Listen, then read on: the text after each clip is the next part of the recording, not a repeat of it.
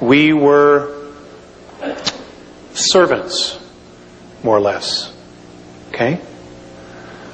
Some of the stronger genetic of our race were used as a priesthood to basically keep in line the other humans. I mean, if you go back and you look at history through Samaria, Egypt, even today, today the new priesthood is the world bankers. They have total control of your life on a monetary, physical level. It's hard to do anything on this planet without money. And they're the new priesthood. As far as latent DNA and latent memories, I have been told, and I for some reason, I don't know why, I can't find my specific dates. But there will be a point where as the frequency increases, that we will start to remember things. Children today are already remembering things. There are children today who can just speak all these different languages, and that are not Earth languages. Some of them are extinct languages from Earth that some of these children just know, and it's the latent memory in the DNA that is coming out. And more of this will be occurring. I know that there are children today. I know of a woman who's contacted me who lives in Tennessee. She has a child who came to her one day and says, Mom, if I were to reverse engineer a nuclear bomb and explode it, it would draw all the radiation out of here. This kid's 6 years old. And, there are children today over in Egypt that are walking out into the desert and showing archaeologists, well, I remember there was something there, a library. And sure enough, they're digging and they're finding the foundations of things. And our government probably does know because of its satellite technology, but there's no way a 10, 11, 12-year-old kid should know that stuff because it's all being suppressed. So the world powers have a real serious problem. People are waking up, and it's great. We have to.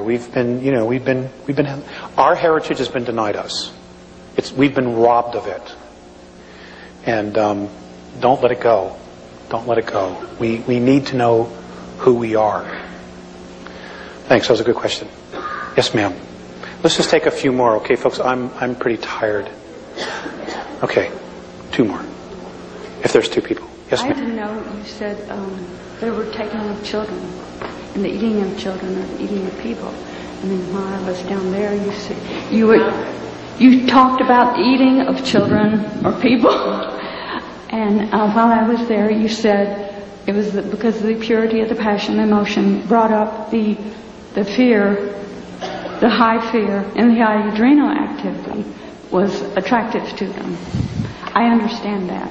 But an advanced technology would seem to me would be able to clone their food or clone. We can make adrenaline supplements or different things. Okay. Now, I want you to look at this idea.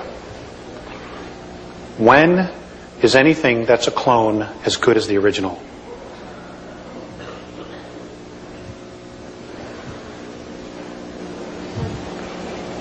Okay. What you fail to realize is, yeah, they can create clones, and they have human clones, but you cannot put soul in it. Okay? You may grow an organic processor in the brain to get them to act and do everything, but there's no soul attached to it. And as long as there's no soul, you don't have true emotion. True emotion? Well, your adrenaline rush. Okay, if I were to go over and do something to you and scare the hell out of you, okay, you would have a very serious emotional rush. Okay? They're addicted to the peaking of that emotional rush. It's like a narcotic to them because they don't have it. That's why they're so interested in us. They're numb. They're numb. Their physicalities are numb. They're all in their head. They're in self-imposed loneliness. Okay? Yes? I'm sorry? Do they terrify the children? Yes, ma'am, they do. The question was, do they terrify the children? And I said yes. Yes, ma'am.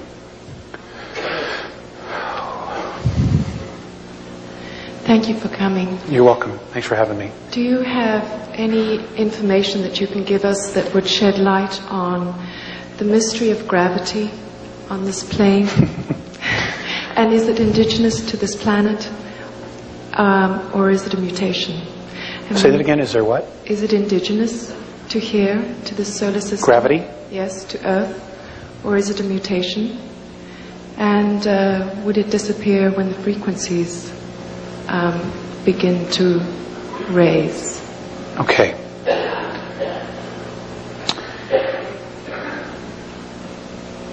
The Andromedan perspective regarding gravity is that it is created by radiation from the sun and our planet. We're told that it's the rotation of the planet on its axis. Their perspective is that it has to do with radiation from the sun. And they say that any physical body that is 29 miles or larger has a gravitational field. They have gravity on the Andromedan craft. And I would assume that's for a reason, so that they could get more done, so they're not just floating all over the place. I don't believe it's a mutation. There's gravity on all the fields because there's a physicality. So there has to be some form. Whether or not it's going to totally disappear, I think as we move through 3, 4, and into 5th, I think we will deal with a totally different type of gravity as we know it.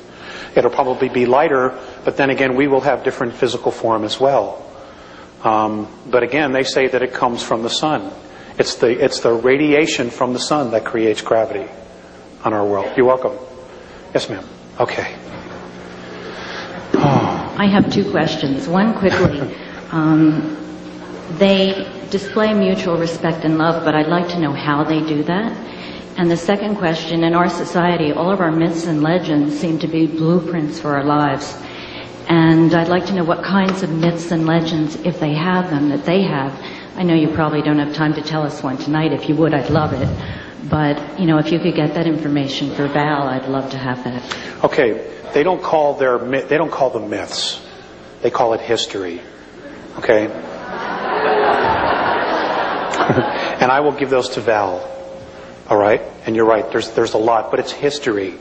We have taken truth and shrouded it as myth because we're hiding an agenda. How do they show mutual respect? They just honor every aspect of their life and everybody else's life. Because they're so evolved, there's no such thing as crime there. There's no laser shootings on a mothership. There's no... they need for nothing. They absolutely need for nothing. Anything that they need is given to them for evolvement. And they all work towards that. They wouldn't think about leaving somebody behind. I'll give you a good example of that too.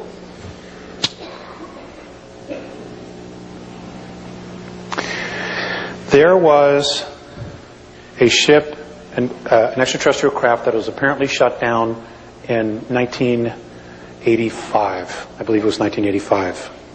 And it was a human being from Talseti who literally got too close, and he was shot down.